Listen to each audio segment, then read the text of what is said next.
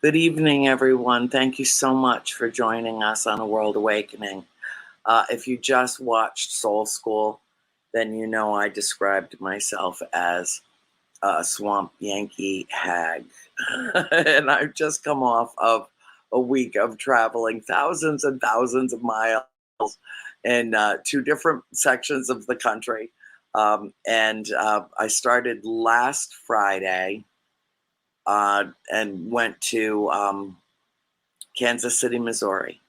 And while I was out there, I met some absolutely extraordinary people. And two of those people are on the show tonight. Mary and Wendy are healers, and they are the two women that are responsible for keeping me on my feet, keeping me on my toes, and giving me the strength that I needed to get through an extraordinarily busy weekend that otherwise would have drained the energy completely out of me. And they brought me back to life. They rejuvenated me. They gave me a wonderful, wonderful gift. And so it would not be fair of me to hoard them all for myself. It was more important to me that I invite them on World Awakening tonight and share them with all of you. So without further ado, I would really love to welcome Mary Stucker. I always mispronounce that. And Wendy Wagner to the show tonight. Yeah. I'm sorry. You know what I need? My cheaters. That's what I need right here. First of all, I am so humbled by the introduction that it was our pleasure to work with you. So thank you for having us. You too. You're energetically, you're both very powerful separately. But then when you square that, when you come together and you put that, it's harmonic convergence. And there's my Erin, another energy healer, another Reiki person, and there's Shelly saying hello. So we have a really nice crowd tonight, I'm sure, and a lot of women, because a lot of women gravitate to this, and women are natural healers anyway. We are the nurturers and the protectors. We're not the destroyers of worlds. It's very rare that you come across, like, for instance, a female dictator that likes destroying her own people. You just don't really come across that. That's kind of the bailiwick of, the other half of us, the human beings. I've always said it is incumbent upon the good men among us to stand with the good women so that we can overcome what is pure, unadulterated evil in the world. We talked about it while, we were together, about how we are in the midst of the paradigm shift. And what is happening here is that all that is toxic is coming and floating to the surface to be cleansed by the light. And Mary and Wendy, you are the light. Thank you. Well, thank you very much. It was our pleasure to work on you. Yes.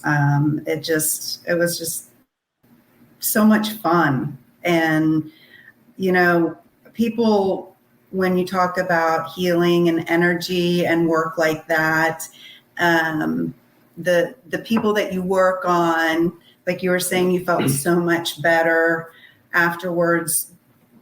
We feel better too. It benefits. It's mutual. It's a two-way street. Yes. Yep. It definitely is. So I don't know about you, Mary, but very serious raising of the vibration together that weekend. We did. Yes. And everybody who we touched, literally or figuratively, everyone that we touched was enriched by that. And then that comes back to us as well. Whatever you put out in the world comes back.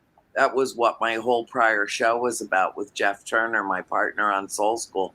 So, this is a very natural, very fluid, and it's synchronistic, actually, Yes. we go from right to there and float into this conversation. Why don't you tell our viewers, how each one of you allowed your gifts to be revealed, because that is a process in its own right. Mm-hmm. You have to allow it. Then how did you come together and realize that you could compound the effects by working together? Yeah. Well, it's funny you mentioned about the synchronicity, because it was just a spur of the moment kind of idea of Mary's for us to work together at the fair this past weekend. So yeah, I've been a nurse for a while, and I just kind of was going in a different direction for healing. Mary, I don't know if you want to talk to your. Well, mine probably about 13 years ago when I started massage school, and that's where I got really introduced to the aspect of energy healing. And I had a very fundamental Christian background, so I was a little concerned about those classes. But once I got into them, I was like, this isn't against what I believe. This is merging with what I believe. Yeah. And I had a wonderful teacher who he would, I had said to him, am I really doing something, or do I just think I'm doing something? And so he tested me, and he was like, tell me where this is and where that is. And he tested my energy boundaries, and I could feel where he was even blindfolded. So that's when I realized, okay, there is something, I am doing something. I'm not just thinking I'm doing something. Right. And so from there, it's just, with every massage I do, I use Reiki and energy healing. And it's just one of those things. It's one of the easiest things to give and help a person feel better. And it is reciprocal. Yeah. It really is. Yeah. Yes. Oh, there she is. There's the princess. The princess. Right. Buttercup. Would you please tell her that I told you about her and how much she means to me? See my her princess pillow, and oh yes, just she's adorable. We heard all about her. She's my everything. I showed your picture to everyone. I did. Here, they right. Yeah. That's my. Well, and that I like I said with my journey, I started out in nursing. I did the typical kind of journey and everything. And then after my mom passed, it was just like, I'd always thought there was something more out there.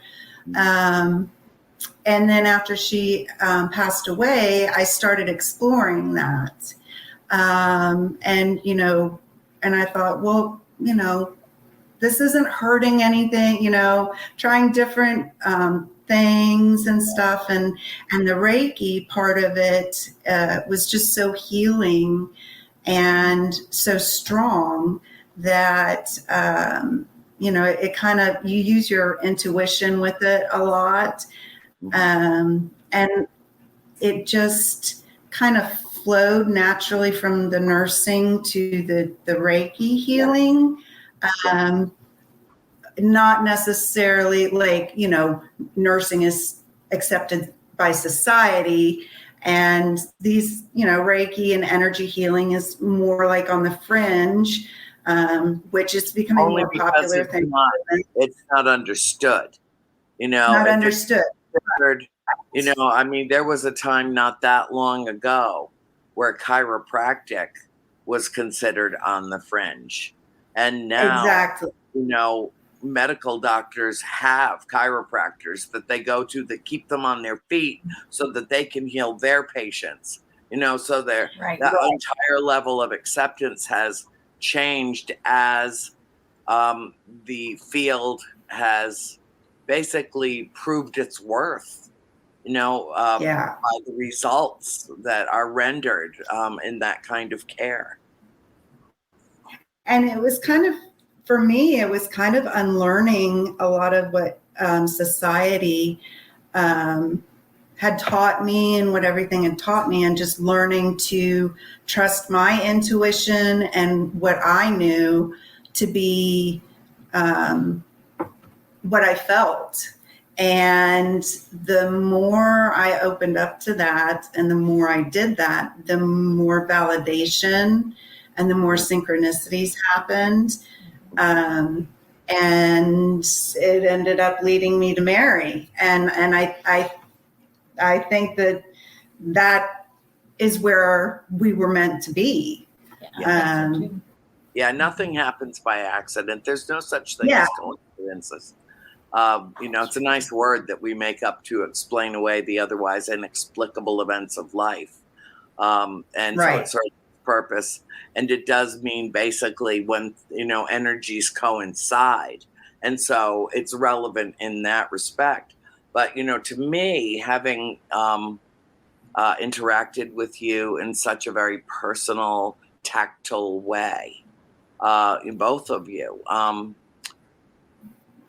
my impression was that each of you is part physician and part metaphysician, that you have found a blending and a balance, individually and collectively in two, that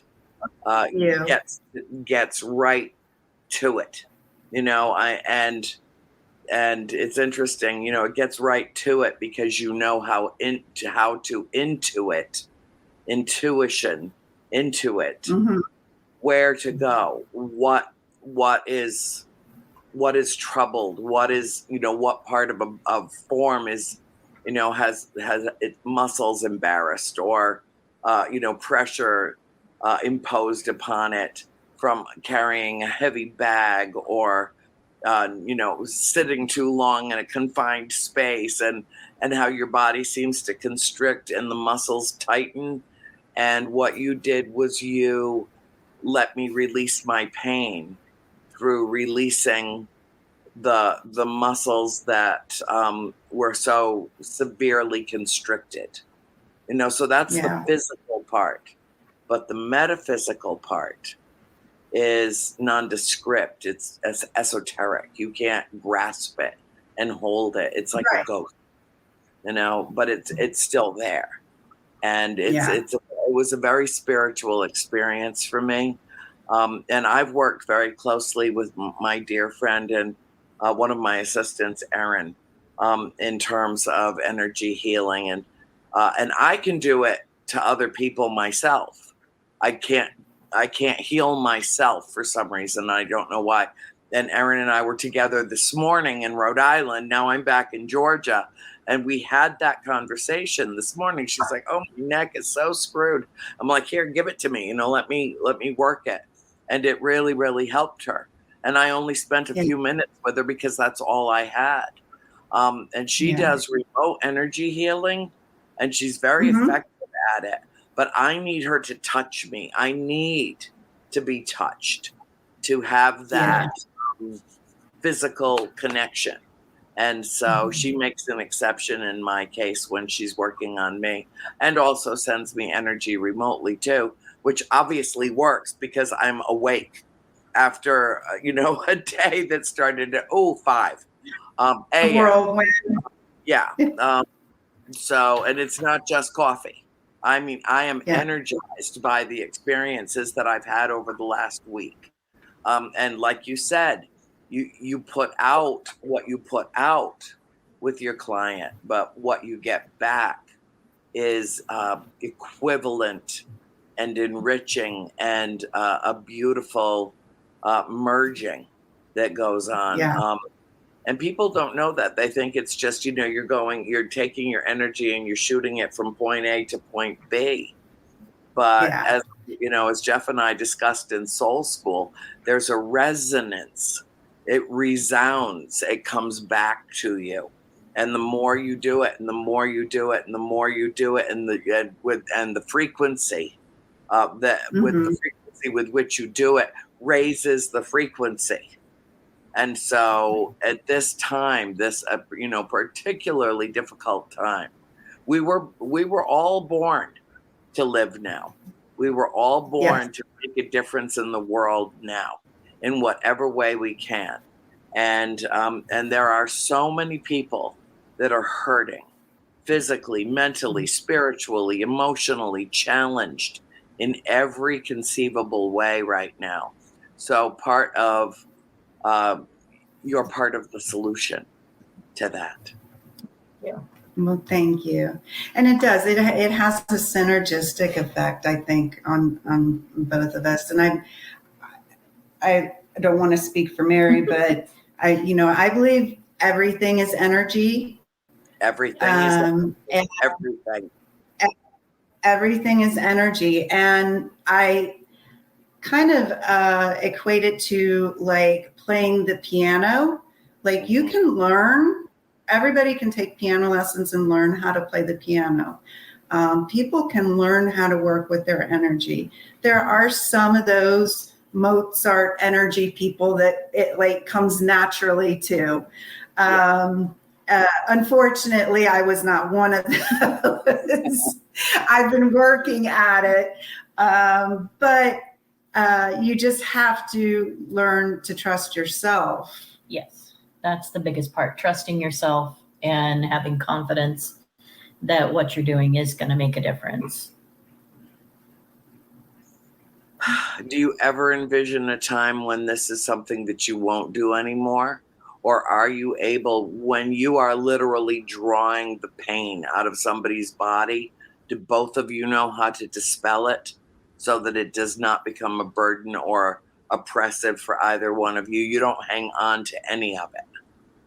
No, there's grounding techniques and different techniques that you learn. And I think it's fairly personal for, there's basic ones, but I know it's personal with me, mine's different than Mary's. And right. Well, a dentist will extract a tooth. Okay. And that's very personal too. Like literally remove a part of your body that has an issue and it is gone. And then you replace it with whatever. But this is different. You are extracting myriad things that are going on with each individual that you work with. And whether that be extracting emotional pain, extracting physical pain, pulling out of them whatever is infected, whatever is toxic, whatever is causing them. You both know that we can literally make ourselves sick by focusing too much on negative or expending too much negative energy, or even creating negative energy with our thoughts that will be troublesome, burdensome, heavy, oppressive for us. And that you have to shed that like a snake sheds its skin, or it will have an adverse effect which can remain lifelong unless you deal with it. Right. That's true. I think that's your greatest gift, is that you, the two of you, help people deal with that and extract that out of them, but not hang on to it. Just, send it off to wherever it came from and let it go find another life as a different energy form to transmute, to transform, to be gone. And that's what when I explain it to people that I work with, it's like, I have them breathe deep and breathe out whatever gunk or whatever, mind, body, spirit. And I said, breathe it out to the universe. The universe knows can what transmute to do with it. The universal trash bin. Yeah. Yeah, exactly. I don't act to understand like they know how it works, but it does. I believe it. Yes. Yeah, it does. Yeah, there's a really enormous landfill somewhere out there that takes all this crap in. It's got to be. Yeah. I mean, and we can't afford to hang on to another person's pain. That is destructive. It's self-destructive. If you're going to do this kind of work, it's incumbent upon you to understand the essentials of the methodology. And that is, number one, do the healing. Number two, let it go. Yeah. There's a lot to be said about self-care. Right. As well. So I know for me, if I'm not in the right space, I'm not going to be beneficial for the person that wants me to work on them. So I have to take care of myself. Yeah. You do have to. Well, I was going to say, one of the ways that I do that is by taking a few minutes to ground myself and think about what I would like to accomplish. And usually it's very vague, like I want to take the pain away from this person, or I want to help them relax, take stress away or whatever. So I kind of leave it vague, because when I'm start working on somebody, I might find something totally different than what I would expect. Yeah. But if my headspace is already in the wanting to help them in whatever way I can, then I can usually work with that, take away what they're needing to have taken away. And then I also visualize allowing basically an opalescent type light back into them for their body to distribute as it needs. And I see that visually as I'm working on someone. So, and that way I'm not holding on to anything they have. And I literally visualize what comes out of them as being cleansed by fire. Mm-hmm. So that's how I work. Yeah.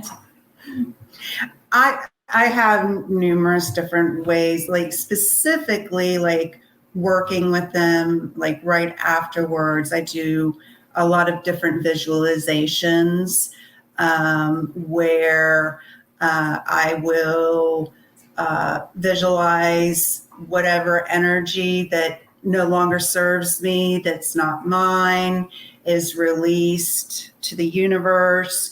I call back my energy back to me so that I'm at 100% battery capacity. But outside of that, I tend to, at home, nature and animals. They are just, they're very cleansing to me. They keep me in the right mind. Well, and obviously with your little princess, you know what I'm talking about. So, yeah, it's different meditations that I do,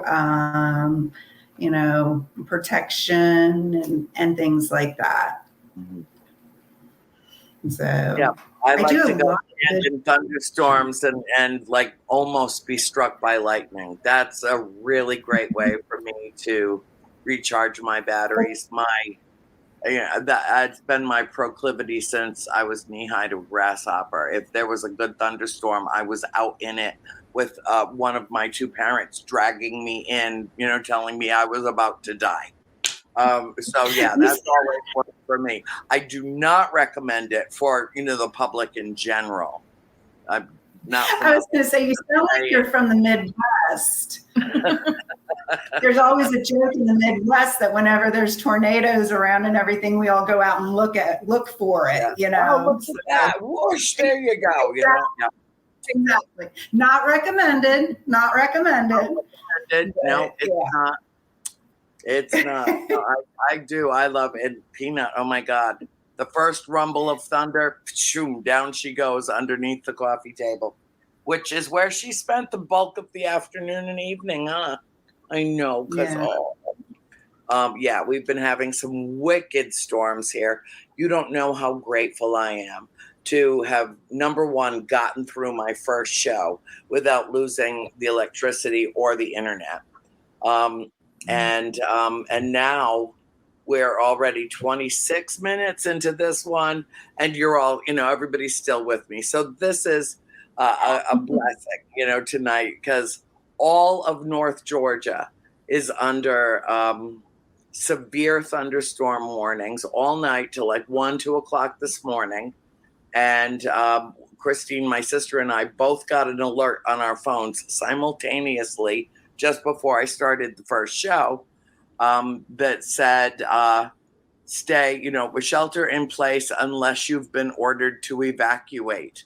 And it covered like 30 counties. Okay, Georgia is a big ass state. 30 counties. Yeah. You would have to drive for hours to cover 30 counties. That's how much of North Georgia is under the gun tonight. So, and that's part of my energy tonight too, not just being with you, which is wonderful, and to see you again so soon is fabulous. But there's electricity in the air, and Yes. and I thrive on that. And so, yes, nature, absolutely, animals, absolutely, is where my bliss and my joy comes from. And a particular one in particular. Yeah. And, and each one of us has to find that happy place, that happy space that we're in, and return to it deliberately, mindfully, regularly, frequently, as often as possible, to keep ourselves in I think the right mindset. We're all like-minded people. What I consider to be my tribe vibe is very high frequency. It's really kind of magical, really. And I think you probably got that sense of who I am and what I gravitate to and what I put out, just in the time that we got to spend together. But I find that the greatest healing that occurs often occurs between people who are basically riding the same wavelength. Yes. You've worked with people that have been closed off. Oh, yeah. I've worked with people that have been closed off. Do you want to talk about? Well, when they're closed off, you just really can't do a lot for them. Right. Exactly. If they don't accept, there's no forcing it. There's just it's no got to be reciprocal, and there's got to be a certain openness and a willingness. And I don't think it's even a belief that what you're about to do will work. A lot of people think that factors into the equation, that if you invest, a belief in your ability to do that it kind of sparks, that process. You don't have to necessarily believe it, but you do have to allow yourself to be open to it, or otherwise it's wasted expenditure of energy. Yes. And I always find it surprising to me in a way when I'm done a session with one of my clients that I thank them for letting me, allowing me to do this, because you're in a vulnerable state. I mean, we're working with energy, mind, body, spirit, emotion. You never know what's going to come up, and to entrust yourself to somebody that you may not know that well to work with that. It's an honor for us you didn't know us from Adam, and yet you let us work with you and opened yourself up and allowed yourself to be in that vulnerable state of. That was the word I was going to use. There is a vulnerability. You have to allow yourself to experience that and not withhold. Yeah. And so I always appreciate it. In a conference center, and there are people all around, and you have to be able to kind of, it's not a private setting. And so you have to be able to block out everything that's going on around and not think, well, somebody's looking at me having this done on, laid out on this table, and not be self-conscious about it. Yeah. Right. And that can be difficult. Yeah. And I've had, and I don't want to speak for you again, but like I've had people that they tell me, they're like, after it's done, they're like, that was so weird. I did not even realize there were people around, because it's just such an intense connection between two people that really everything else kind of disappears when you have that good energy and connection. Yeah. Well, and that happens for me too, because there we are in this busy place. People are walking around, talking, doing their thing. And as we're doing the healing on you, I totally forgot where we were, that there was people around. Yeah. I was just constantly focused on what we were doing. So it happens that way. With Mary and I, just from what we did experience this weekend, it's, kind of like, I would say something and she's like, well, I was just getting ready to ask you that question. So there's this connection between Mary and I, to begin with, that just kind of, I think, intensifies when we work together. Yeah. Well, all I know is that I was oblivious to the fact that, there were people around us like satellites, circumnavigating the globe. But, here's the other thing, too.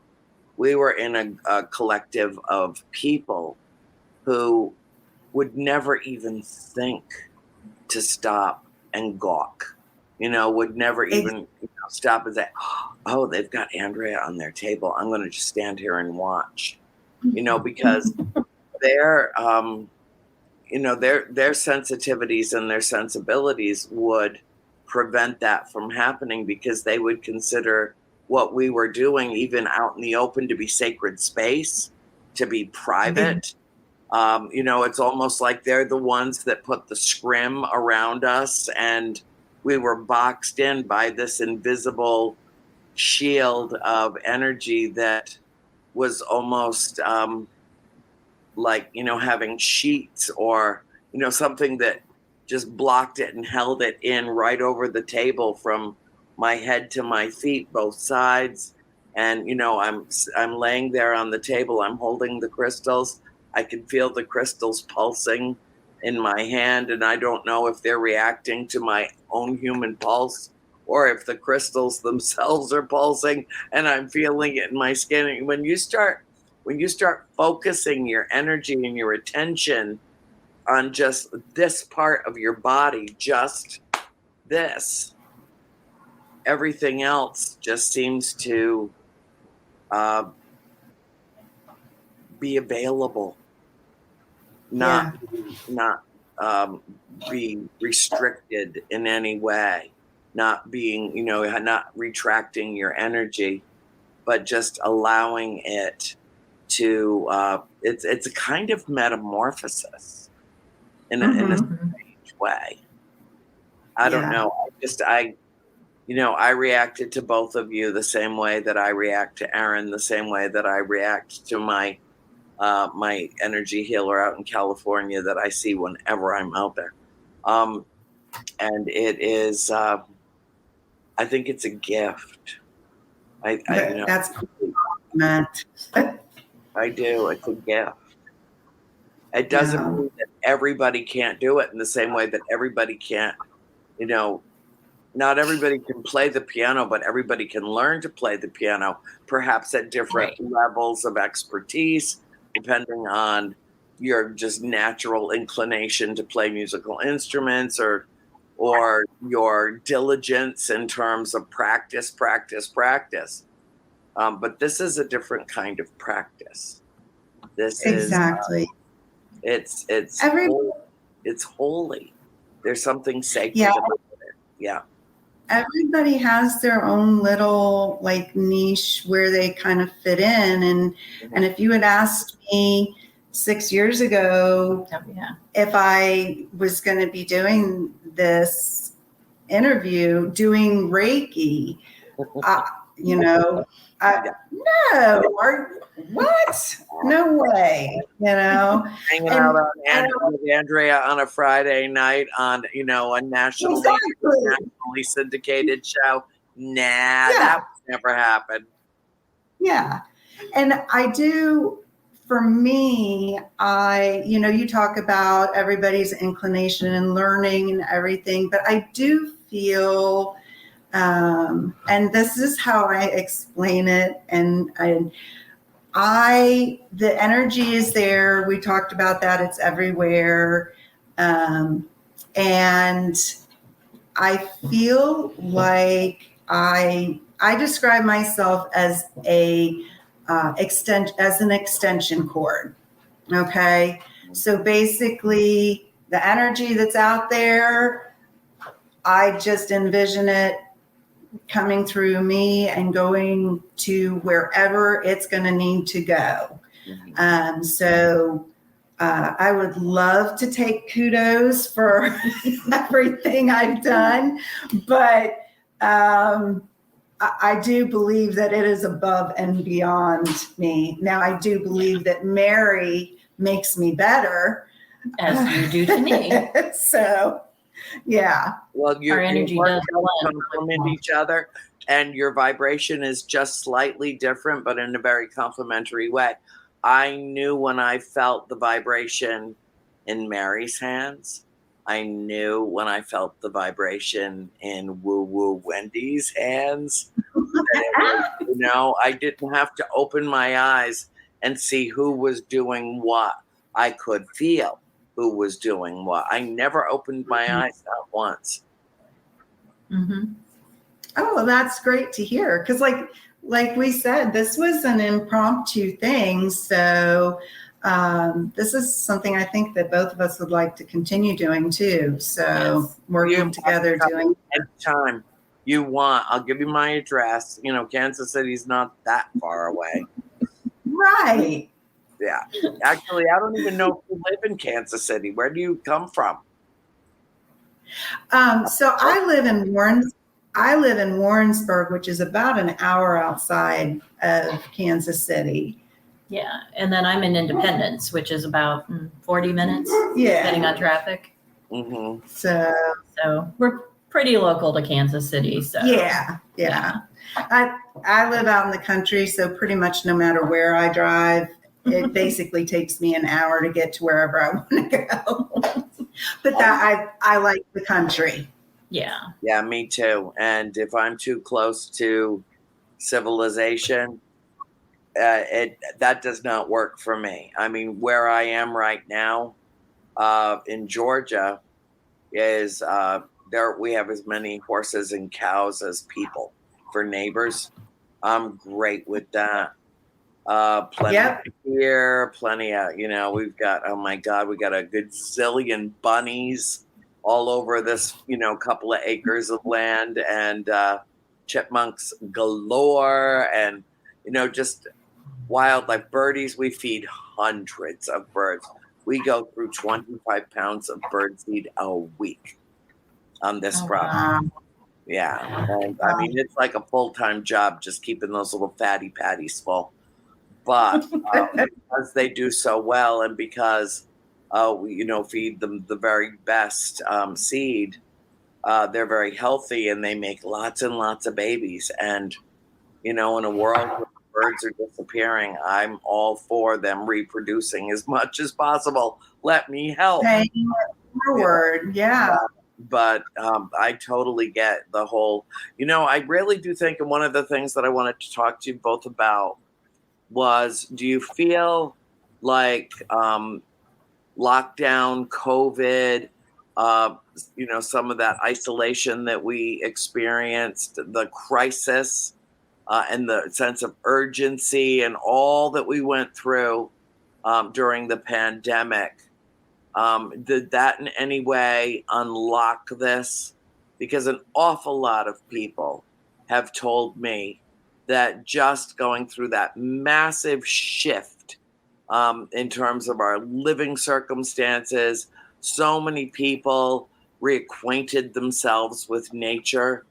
worked from home, went outside, looked up at the sky, walked barefoot in the grass, reconnected with the world and the universe in a way that they might not have if their just daily grind and their routine was not in any way interrupted. And COVID interrupted and changed a lot of people and opened a lot of people, and damaged a lot of people. The mental health crisis that has ensued from it. But then there were a lot of people who found their way through it and found and discovered their gifts. How did it impact both of you? It's not over, obviously. It never will be, but the worst of it is over now. How did it affect you? And you feel like your self-awareness and your own understanding of your own gifts emerged during that time? Well, for me personally, while everybody else was being locked down and bored, my best friend and roommate of 15 years was diagnosed with leukemia, and he unfortunately passed in May of that year. And so thank you. It's still difficult. When somebody's with you that long, you kind of get used to them being around. So, and he was such a really good-hearted person. Everybody that knows him, really, just the nicest person. Would have given you the shirt off his back.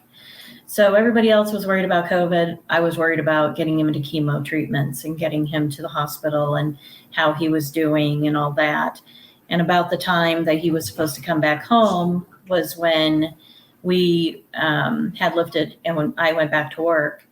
And after losing him, I had to really decide, what did I actually feel about the hereafter? And for me, I had told him on the night that he died that I knew he was standing with me, but I couldn't hear him. So I told him to go to a friend of mine, and I said, you need to tell her these 4 things.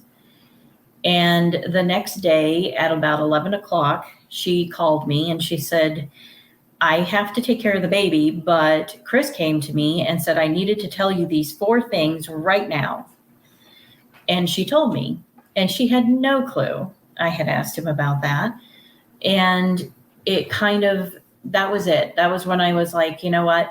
Everything I believe is true. He is still here. He is still doing his purpose. And I started focusing on the fact that the people that were coming to me really needed that healing. They needed touch. Humans need touch. Not having touch for 6 to 10 weeks destroyed so many people. So putting it back out there, giving your energetic best, that's become much more important to me since then. Mm-hmm. Yeah, being deprived of human touch and that sense of intimacy is extremely detrimental. I don't think we are extremely social creatures, but we're also extremely tactile creatures. Some of us more so than others. I've never met a human I didn't want to hug. Even if I got a bad vibe from them, I wanted to hug them and kill them, so I can't help that. That is part of my nature. But being isolated from one another and deprived of that social interaction was, I think, extremely detrimental to a great many of us that had to find another way to channel that need, to find a way to receive it. Interestingly, and I don't know how this works or why it happened, but right after COVID hit and lockdown hit, the shelters emptied out from coast to coast, and people went out and got themselves a cat or a dog, saved a life, kept them with them for 2 or 3 years, and then a grotesque number of them were returned to the shelters once people went back to work back to their regular lives. And, that broke my heart, because it was like taking this animal and saying, I'm bringing you into my family. I'm bringing you into my home. Thank you for providing me this companionship. Now go away. I don't need you anymore. And discarding them like an old pair of shoes that had a hole in the sole. Well, the hole in the soul was that hole in their soul that allowed them to return that animal back to certain death in a shelter that was now full of discarded animals again. So I mean, there were so many things that happened during the pandemic that I found that once hopeful and also deeply disturbing. It changed us. It profoundly changed us. Yes. It was. I think that it was the big bang of the paradigm shift, and there were many other things that were contributing to that, but that's when the real shift occurred. And I refer to it when I talk about it in lectures and stuff. We think in terms of time as BC and AD, but BC now means before COVID to me, and BC means after Delta. Once we got to the point of what they called herd immunity, where virtually everybody had been exposed to it in some way or another, to some extent or another, had a reaction or not a reaction to the virus one way or the other. So it lost its potency in terms of its infection rate, because it kept knocking on doors that had already been opened to it previously.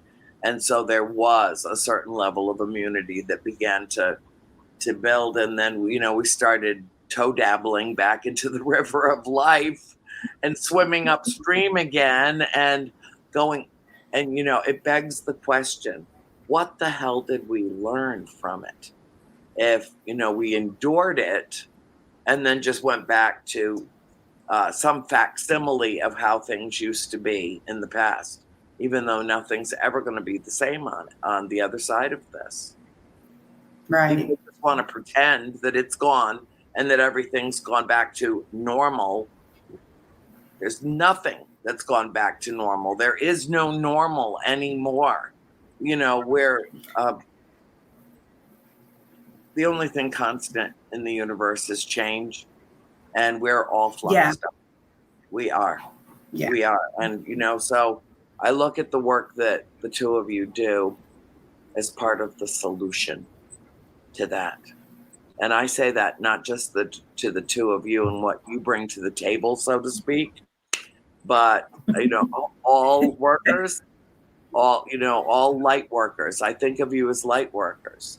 And, that each and every one of us fills a niche that we're doing something to bring more light into the world and, to help guide others out of the darkness. But the truth is, I'm afraid that we're all little children lost in the dark, finding our way home, finding our way to the light.